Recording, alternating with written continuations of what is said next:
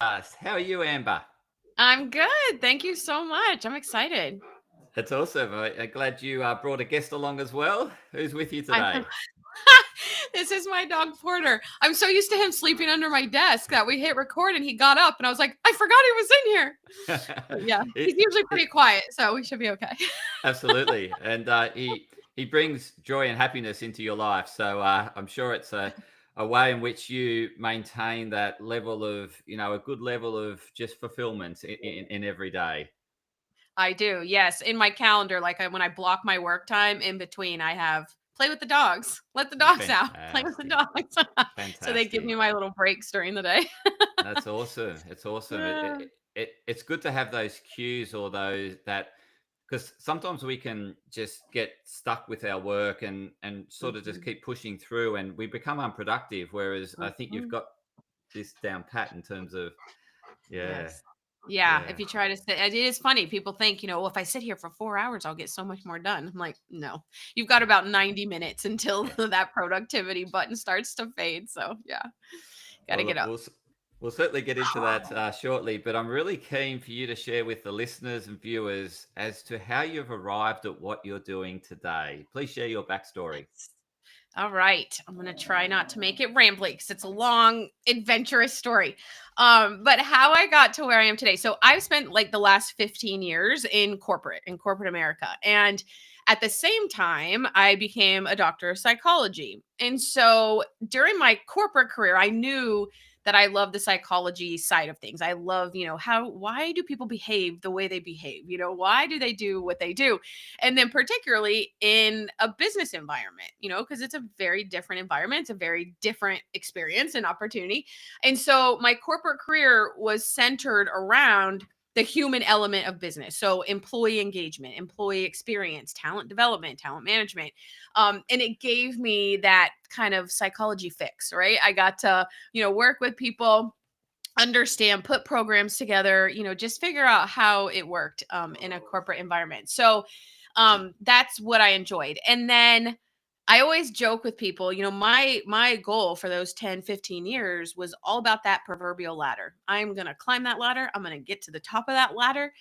And then the higher I got on the ladder, I was like, I don't think I really like it up here at the top of this ladder. Like, it's too political and bureaucratic, and I'm not really able to do what I want to do anymore. And I started to feel like that cliche of a square peg trying to squeeze into a round hole. And so, at that point, it was kind of, what do I do? Because this has been my goal for so long. And it was at, that point that I decided I think I'm just ready to go out on my own and, take everything that I've learned and experienced and implement it in a way that I'm aligned with and, that makes me feel good every day for myself, not for someone else. And so that's the quick version of how I got to where I am today. And so, I love working with other business owners because I've been a business owner. I've been a serial entrepreneur. It's what I enjoy, which is why I think I kind of felt like that square peg in corporate America. Um, but anyway, so that's, how I ended up. I wanted to take what I learned, what I had experienced, and do it in a way that felt good waking up every day instead of feeling like, oh, what am I doing? Yeah. So, yeah, so in essence, the whole journey was, seeking more fulfillment, wasn't it? It was like Mhm. you'd started your journey, you were doing what you love doing in terms of implementing psychology in the workplace and really helping the cohesion between teams and helping people understand people and bringing Mhm. them together, yeah, and getting the best out of people. And and obviously building culture and all that, which Mhm. is all important around the work Yeah. environment. But then, as you said, as you got up the ladder, it was less of what you love doing and more of the stuff that you thought, do I have time? Do I, really want to waste my energy on this politics? I just Yes. love doing that Yes. frontline work, and Uh-huh. um, hence you Yeah. made the decision to get back to that frontline work that you love and Mhm. is more fulfilling to you. Yes, definitely. Makes me feel happy. Because then, the other thing that I've learned is like now I am making, this is gonna sound like hoofy floofy, but I am making a tangible difference in other humans' Mm, lives. And that feels good. yeah, That feels really good on a selfish level, like that feels good to me. But it's so rewarding, when you wake up in the morning and you're looking forward to what you have coming, yeah, and I mean, I don't know, I'm a firm believer. Life is too short. We only get this one short life, that we are gifted. And I want it to be filled with that, with fulfillment and understanding and joy. Yeah. yeah, absolutely. But it's certainly not selfish because you're adding value. As you said, you're having an Mm, impact, and you're mhm. really, so it's like for me, that's certainly a win-win situation because Yeah. you're seeing the difference you're making in the other human being, and Mhm. that's giving you fulfillment, seeing the difference you made in someone else's life. But at the same time, Mhm. their life, it's a life-changing experience for the other person in Mhm. the direction they want to move in. So Yeah. it's No, you're it's so in, right. yeah, it's like this beautiful win-win situation. You get Win-win. to do what you love, and others get to experience the love that you provide. Like I Mhm. guess, yeah. Yeah. So I love that. Full circle yeah, win-win. yeah, it is. It is. But it's beautiful, and then that Mhm. that then gives you more fulfillment, and then that drives you to get up the next day and do it all again. Yeah. Who's the next person I'm going to, help and help. Yeah. You actually, yeah, what you're doing is giving them more fulfillment. It's like Mhm. Yeah. you're filling their bucket at the same time filling Filling your their bucket. bucket. Yeah, Yeah. yeah, it's No, it is. beautiful. It is true. Yeah. Makes a So pretty circle. let's get into how you help others and serve others in terms of helping them find more fulfillment, more experience, more joy, more life satisfaction. Yeah, so let's Mhm. get into that side of things. Yeah, no, absolutely. So, like I said, I primarily work with business owners. And within that world, can a lot of times be, I'm sure you understand this, right? When you're an entrepreneur, especially if you're a solopreneur, like it can be lonely. You're working in your own head a lot, you're working by yourself a lot. But even outside of that, even entrepreneurs with small teams, it can, it can feel isolating. It's not easy. A lot of stuff is on your shoulders. You're responsible for a lot of things, and it's very enmeshed in your personal life, right? It's hard to separate that a lot of times because your business is so important to you and your personal life is so important to you. So, I work with them. I have discovered and I've kind of pivoted to a place that feels really good where we focus almost half and half on mindset, your belief systems. What are your limiting beliefs, what are your powerful beliefs, and what is your mindset, what is your why are you doing, what's your purpose. And then it's been amazing to see when we can focus on that first and up front and make so much progress and see so many light bulbs go off. The business results are unbelievable, in a way that it could be in a way that they didn't even set out to see these results. But because they become so whole personally and mentally and emotionally, yeah, it's they'll say to me all the time, like, I just had the biggest month of my whole business. And I'm like, yeah, because look at the new energy you're putting out there. You're attracting that energy back. So that has been one of the most fulfilling parts of working is, when I realized, yeah, I can do the business stuff. I know processes and strategies and, P&Ls and revenue, like all that stuff. But man, where I'm finding my jam is getting them to recognize how much better and joyful and fulfilling life is as a business owner when you can understand your purpose and why you're doing what you're doing and how you communicate that to others. Does that make sense? 100%. And yeah, then you, as you said, you just fulfill them with energy, and they just want to, do more of what they do. So Mhm. what, like it's very much like your progression. Yeah. Yes. So, in terms of that why and purpose, like when you, like I've read studies on the blue zones, and Mhm, the top, in terms of their top three pointers, mhm, they say they live a purposeful, meaningful life, right? mhm, And so it's really important for health, well-being, mental mhm, health, social connection, is that we feel this sense of meaning and purpose that we have. This is why I'm here on planet Earth. And so, Mhm. how do you help facilitate that? Like, what are some of the questions you may ask? How do you help bring that out in a person? Because in today's world, where we have this social media bombardment and Mhm. distractions, Mhm. we very much not looking within. We're always looking out and comparing ourselves to others and Yeah. seeing their highlight reels and thinking, I'm living Yeah. such a boring life. And you know what I mean? Like, Yeah. this is, uh, Yeah. yeah. So I'm really keen to really go down this path in terms of how you help business owners Mhm. and teams find this meaning and purpose. Yeah, no, absolutely. And yeah, it's so true. Comparison syndrome is a real thing. And like social media has blown that out of the water. But I think and it's interesting too. I would say a good portion of the business owners that I'm working with when we first start working together, they're kind of at a point where they have this business and they don't remember why they started it, right? They're like, I have become so burned out and so overwhelmed and so, entrenched in the business, in the day to day, in the just keeping up, putting out fires. Why did I do this? Like, why did I start this business? And so, a lot of times, the conversation, it's as easy as literally starting there. Let's rewind. Why did you start this business? Why did you think this was a good idea? What prompted you to put all that effort? Because it takes a lot of effort to start a business. What prompted you to put all that effort in? And so, a lot of times, it's just rewinding, and kind of I feel like it's like unlayering all the heavy, day-to-day stuff so that you can get back to where you see that little fire burning and what it was burning for, and then you can reignite it. Some of the other questions, I think a big one, and I have found this useful even from other coaches, is, and I'm sure you've heard this, where you'll ask, they'll be like, well, I don't know what my purpose is. I don't know what I'm good at. I don't think I have any gifts.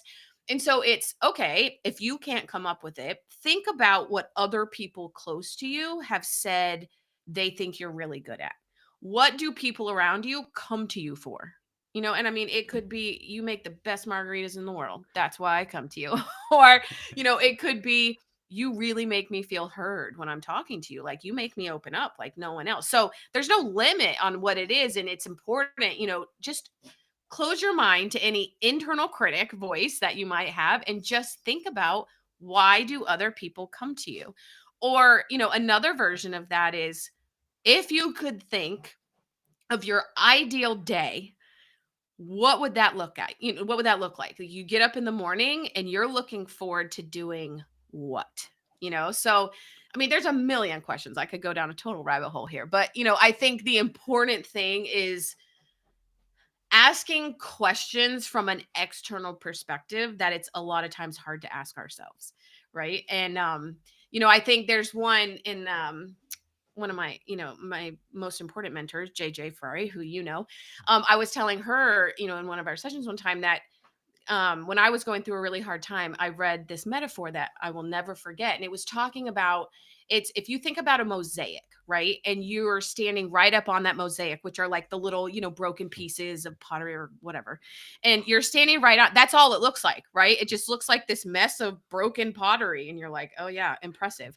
But when you stand back and you're looking at that same mosaic, it makes a beautiful picture. And now that you're standing back, you can see the whole thing. And I think that becomes so important when you're trying to figure out, what is my purpose? What is my why? Because if you stay right here and just think about what's in your head and what you're going to get lost. You're not going to be able to pull that out. So it's my job to pull them back enough that we can zero in and say, look, this is why you're here. That was a long answer. Hopefully I answered Uh, your question. it, yeah, I'm glad you took the time to explain it, because I think once we know our purpose, it's so much easier to maintain a good level of fulfillment. It's like your Mhm. bucket's a lot higher, Yeah. when you're Yep. on, yeah, and I think without having that, you're sort of directionless, and you're thinking, I Yep. don't like this, and not sure about this, and you're sort of a bit lost, and Mhm. you're sort of then going, along life, just sort of bouncing around and sort Mhm. of, yeah, yeah, I guess that could be part of the journey of finding it, right? Yeah. Yeah, yeah, Yeah, I yeah, think sometimes you do. You kinda have to float down the river and get knocked yeah, along the rocks, yeah. until you're like, "Whoa, this is my path." But it Mm, is, and I mean, I can definitely empathize because 'cause I've been there just like anybody, where if you don't if you don't have that vision, if you don't have that why to go back to, what are you doing? And that's how it can kind of feel like, what am I doing? What am I getting up every day for? Like, what am I doing? And that's even when I was in corporate America, which at the end, when I was finally done, I was like, why am I getting up every day to stress out for these people that I'm just a number to? Right? Like, no, this isn't working for me anymore. So yes, you're definitely right. And it's not, I'm not even trying to say at all that it's easy to figure out your purpose. And I'm not even going to say that I know 100% my purpose right now in life. But I think the most important thing, if they get anything today, is just the effort is worth it. If you yeah. like, just to feel like you are going on that path instead of getting beat up by all the rocks in the river. Yeah, it's worth the effort to try to figure it out. Yeah, no, I think it's a constant evolution, isn't it? Like, like Mhm, we go on this path, and but then we pick up and acquire more skills, and mhm, we become, or we might, that lead us to other discoveries and other interests, mhm, and yeah. So I actually don't think, like, I think if you look at anyone successful, they've done numerous things along their mhm, journey. It's mhm. not like just they've stuck with the one thing. Like, even, sporting talent, they, have a Mhm. career in sport, but then they go, finish Yes. sport, and then they find something else, right? And Yeah, they, yeah, exactly. yeah, Yeah. Yeah. I mean, imagine spending, and I'm sure people do this and no judgment here, but for me, right, you think about, I mean, I think the one path, staying on one path would be boring. I would yeah, get bored. yeah, So, right, that's the joy of yeah, figuring out all these different paths. Like, yeah, you're experiencing life, this one yes, life that we get. So, yeah, I yeah. agree. And in order to find that next thing, you have to be curious, and so you have to go Mhm, on that. I'm going to try this. I'm going to explore. I'm going to put my head above the water, or, I'm going to pop out and just sort of, mhm, play around a bit, and see whether it, resonates with, who I am, yes. and, gives me more fulfillment. And so, yeah, it's that Mhm. constant evolution of self, really, isn't it? It is. It is. I Yeah. know. And I think too, just one more point that you just made me think of. So I had a potential client reach out and we were having this conversation. She wasn't sure, like, do I want to buy this business? Do I want to start this business? And we get to, I said, well, tell me, a little bit more about yourself. And she went on to say, well, so I should let you know, like, I'm very risk averse. And I was like, right away, I don't think entrepreneurship is really right for you Yeah. because if you're going to Yeah. explore, Yeah. be an entrepreneur, figure out who you are, what your purpose is, you have to take risks. It Yeah. requires risk, risk and reward, but it requires risk. And that one just stuck out because it made me laugh. I was like, uh-oh, yeah, we might want to rethink this career path. But it's fantastic that, she got that insight, very quickly from you, as opposed to, Mhm, having a fail and not enjoying herself, and maybe mhm, becoming burnt out, and, yes, getting some physical mhm. disorder as a result of burning out. Yeah, so it's, really nice that you're able to point her in that direction of Oh where she's yeah. better. Yeah, yeah, If that's one thing, I'm going to tell you the truth. Yeah. yeah. I don't want anyone to spend unnecessary time on unnecessary things. Now, Yeah. the other area, that you're an expert in, is communication, Mhm, and one thing is that, we can know ourselves, but, it's the articulation of self mhm, to others so that they know us, and it's, and it really helps with building those relationships, that effective mhm. communication, and like, Yes. I find today, certainly with my female clients, there's a suppression of voice. They don't think they're Mhm, worthy enough to speak their needs, or to speak up, or to assert themselves, and as a result, I see the thyroid implicated, mm, as a mm, result mhm. of, not, not articulating their needs, and so, Interesting. how, once someone finds their purpose, or even if they're still looking for their purpose, how can they better communicate more effectively and express their needs? Mhm.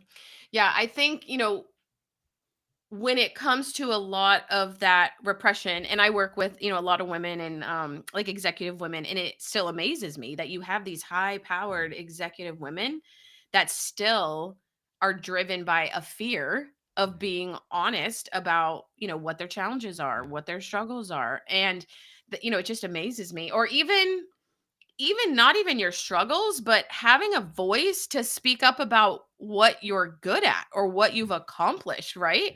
I was speaking to a group of executive women the other day, and that was a big theme. They were like, "Well, I just don't feel, confident that I can say that, or, how do I get it?" And I said, "You know what? We have to learn to own our awesome. That is what we have to do, because we all have some sort of awesome inside of us, and it has to become okay to talk about that."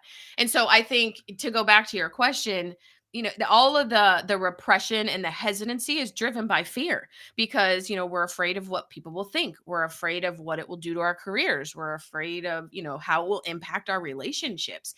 And this takes a long time, and it's not easy, but getting to the point where you're valuing you above someone else's reaction that you can't control anyway. And I think that's, if you can get to that point, that makes it so much easier to know internally it's okay to say how you feel. It's okay to say what you think, because you can't control how they're going to react to your message anyway. So be in control of what you can control, which is your message. Does that make sense? Yeah, totally, totally. And I'm thinking it's so important for business owners that want to grow their business is you got to be out there promoting Mhm, what you do, promoting your strengths, and like and mhm, there's an element of putting yourself out there, because mhm. you are essentially the business, right? Particularly Yep. if you're a service business like we are. We Right. are we are the product. So Yep. you got to This get. is what you get. Yeah, 100%.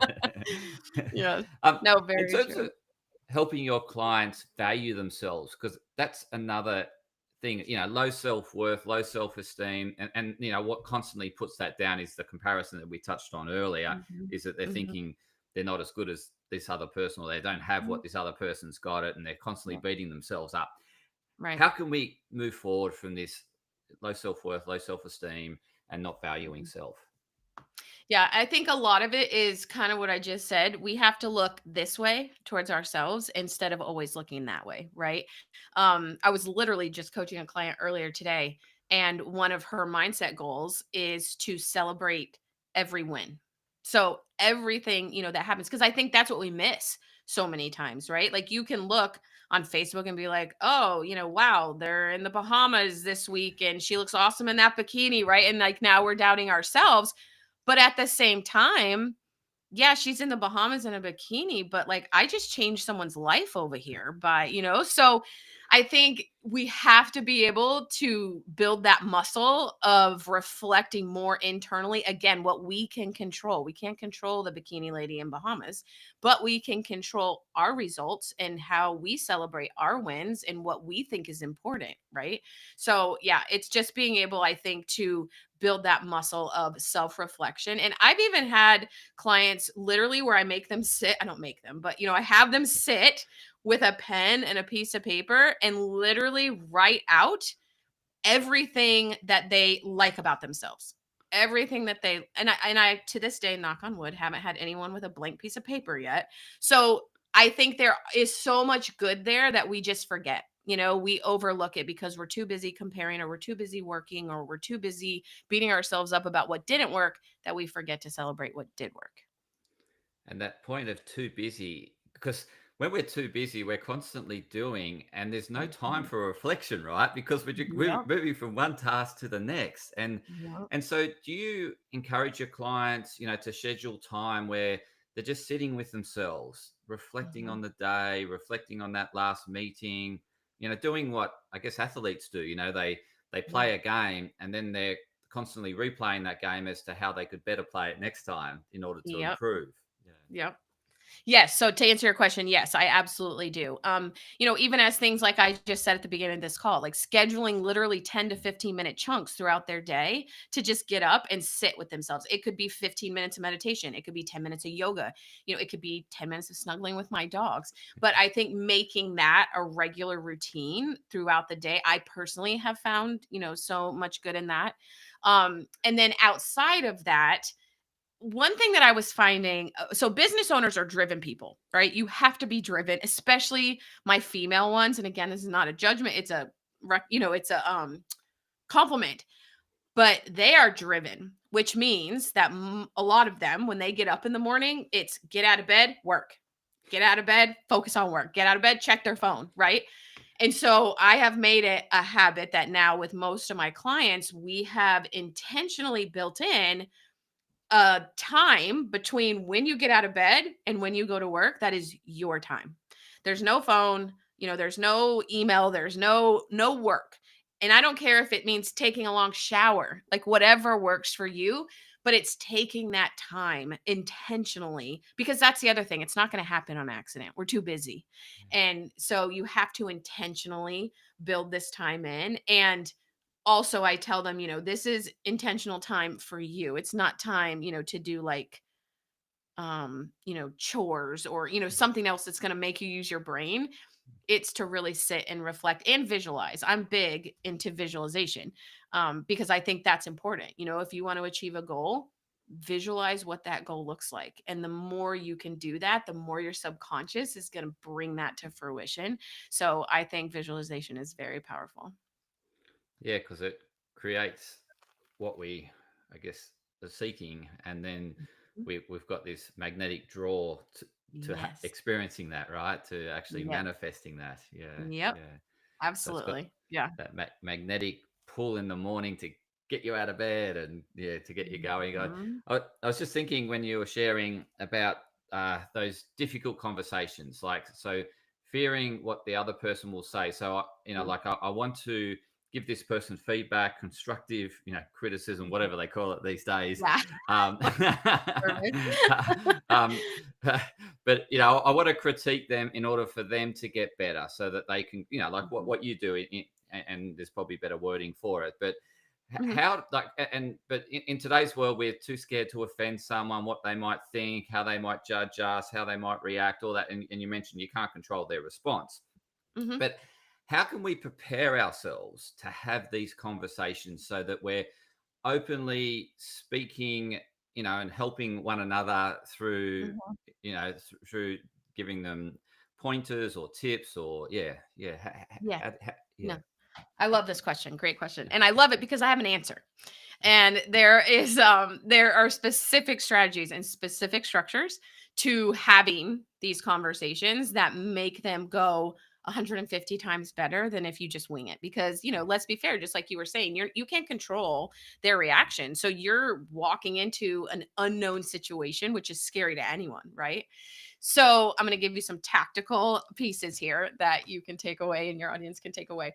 So when you're walking into, let's see, let's just take an example of, you're a leader, right? And you have an employee that just hasn't been performing up to par, right? We'll just use that as an example. So the first thing that you want to do, and I'll also share that these tactics work in any conversation, by the way. They're beneficial in any, but specifically in these, they're very key beneficial. But so when you're first going into this conversation, the first thing that you want to start with is the why of why you're having this conversation.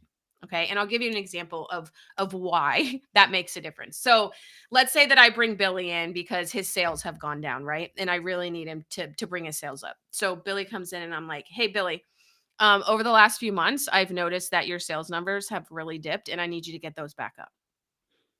Oh, okay. Billy's like, "Whoa, I yeah, didn't know what we were talking about and you yeah, just caught me off guard and yeah, now I'm defensive because you're yeah, attacking my work."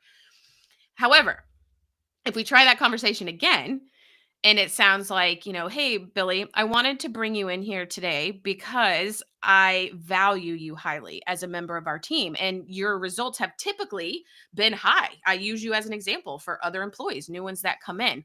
So because I value you as your, leader, I want to talk about the dip that I've seen in the last couple months, and I want to figure it out together. So if there's something that I can help you with, that's why I'm having this conversation with you. I want us to figure it out together. That's a very different conversation, right? Yeah. So now Billy knows why we're having the conversation. He knows that he's cared about. He knows he's supported. And I'm actually going to get feedback from him now on why his numbers have dipped. Whereas before, all he's thinking is, get me out of here. I don't want to be here anymore. So I'm going to get nothing from him. Right. Yeah. So hopefully that made sense, that example. Totally. So, Yeah. starting with the why Yeah. is one of the most important things. The other thing from a basic human instinct perspective is that even you and I, as humans, when we're trying to make a decision or respond to something, our first instinct is to figure out what's in it for me. And I'm sure this isn't new to you, right? They call it WIFM, if you've heard that. So what's in it for me? So again, when we're having these conversations, because they can tend to be maybe difficult and you don't know what the reaction is, you want to tell them why you're having the conversation. And then you want to share with them why is it important for them to even listen or take what you're saying. So like in the Billy situation, right? This is why we're having the conversation, because I value you as an employee. I've noticed that your numbers are dipping, and I know that one of your career goals is to move into the director role. So I want to make sure I'm helping you get there by understanding how we can bring your numbers back up. Right. So now he knows this isn't just an asinine conversation about my numbers dipping. My leader knows that I want to move up. So this is going to help me to be able to reach my goal. Does that make sense? 100%. Okay. I was picturing the Maslow's hierarchy of needs when you were sharing that, because when you started, you're saying, I value you as an employee. Straight away, the employee is thinking, okay, I'm safe and secure. Okay, I'm willing to Yeah. listen further. And then you're taking them up that pyramid. Yeah. I love it. I love that you recognize that. Yeah. And it seems so, but these are things like for us, like if you study psychology and to me, I'm like, oh yeah, that makes total sense. Hmm. But every day, people don't, you just don't think of it. You don't know what you don't know, right? You're just thinking, most leaders, oh my gosh, I have to give Billy feedback on his performance. He's going to hate me. What if he gets mad? But so they're stressing themselves out before even having these conversations. They're not sleeping the night before. They have butterflies in their stomach. Whereas if you know these tools, you've just taken all the pressure off your shoulders, Yeah. because really the onus is on Billy to share with you why his numbers are dipping. Hmm. All you're there to do is say, I care about you. Your numbers are dipping. Why? You see the difference? Like now I'm not under pressure. I can sleep like a baby the night before, because now I just need Billy to tell me what's going on. It makes a big 'Cause- difference on both sides. yeah, that's what I was thinking. You've created that win-win scenario. Well, this is a theme. Yeah. I like the win-win theme. Yeah. Yeah, no, that's Yeah. very true. So Well, hopefully that because was tactically helpful. yeah, because the manager's coming from representing the company and wanting the best for the company. And thinking Mhm. as an organization we can succeed if I help you succeed. Yeah. So Yeah. and then Billy's needs are looked after in a sense that he can now thinking, oh, you're giving me support in order for me to hit my end goal, which is to climb the corporate ladder, and Yep. so Billy walks away thinking, oh, thank you so much for that feedback. Yes, Yeah. exactly. I mean, the most thing people talk about culture, and employees, and what is our culture? What is morale? They It's not complicated. Mm, Humans want to be safe. They want to mm, feel valued. They want to know that they're heard. They want to be seen. If you can just figure that out as a leader, the other pieces will come, and then you're creating this environment where people do feel, this is a safe space. I can give my opinion on this. That's okay. Wow. My boss really just listened to my idea. That was yeah, amazing. So yeah, it's not hard. The connection, the trust, the being seen and heard. If we could just, figure out these foundational concepts, we would yeah. So, revolutionize the workplace.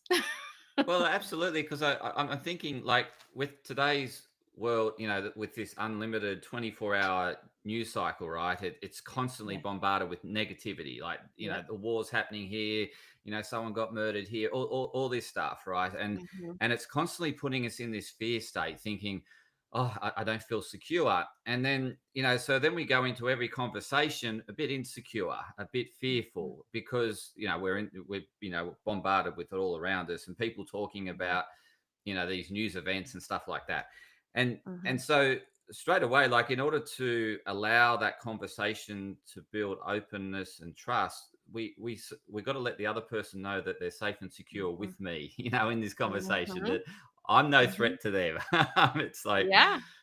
It's yeah, very yeah. true. It's very true. And that's why I think even, with any that's why I said those can work in any conversation, Mm, but especially, the conversations where you need the other person to know, like, you're safe. I'm here yeah. because I care. I want to support you and this is a safe space. So And, yeah, it's important. and it's probably why these sort of more transactional conversations aren't that effective, because you're just questioning that other person all the time. Oh, what's their underlying motive? What Mhm. are Yep. they trying to scam me? Because you're in this fear, but like, and you really got to start that conversation from that, you know, back to the basics, isn't it? Is what you're Hmm. sharing. Yeah, yeah, Yes. No, absolutely. That's yeah, what I mean. We make it so complicated and yeah, it's not. yeah, Just talk human to human. yeah, It yeah, doesn't matter. yeah. I mean, I think even if you go into corporate America and you remove the hierarchy, they're all humans. Hmm, We're all hmm, people, right? There's no reason why Billy shouldn't be able to talk to me or that I can't go and talk to Billy, right? We're all humans. And I love your point of, because we are bombarded so much by the negativity in the world that it does almost become scary to have conversations. And I think just like you mentioned with your clients and with mine, I think that's why they feel so repressed is just hmm. it's that fear. Yeah, You don't know what's gonna happen. So yeah, yeah, it's a yeah. bummer. Mhm. It's it's such a, been this really insightful conversation. So, really thank you for sharing how people can better understand themselves and better interact with the world in order to, Mhm. create more fulfillment in their life and experience more joy and happiness every day through, you know, I guess doing what they love doing and being Mhm. able to interact and help get the best out of others, so that, if you help others get what they want, I'll, inadvertently get what I want, and, we could all Yeah. grow together and thrive. Yeah. So how can Yeah. the listeners and viewers best connect with you, Amber? Great question. So, LinkedIn is really easy to find me. If you put in Dr. Amber Bartlett, you'll find me. I'm the only one, I think, so far, last time I checked. Or you can also go directly to my website, which is strength-point.com. Those are probably the two easiest. Fantastic. I'll share both of those links in the show notes, so the viewers and listeners can go directly to the show notes and click on those links and connect with you. Thank you once again for coming on the Joyful Mate podcast. Of course, this was a very joyful conversation and fun. So, thank you. And I loved it that you brought your, companion with you in the Not conversation. that I invited him exactly, but yeah, he was welcome. I have 5, so they're always one's around always. I can imagine it, and they probably learn something new every time, right? Yeah. They hang out for different conversations. I have Yes. very wise dogs, yes. Love it, love it. So, Yeah, yeah, very thank you fun. once again, Dr. Amber Of Bartlett. course. Thank you.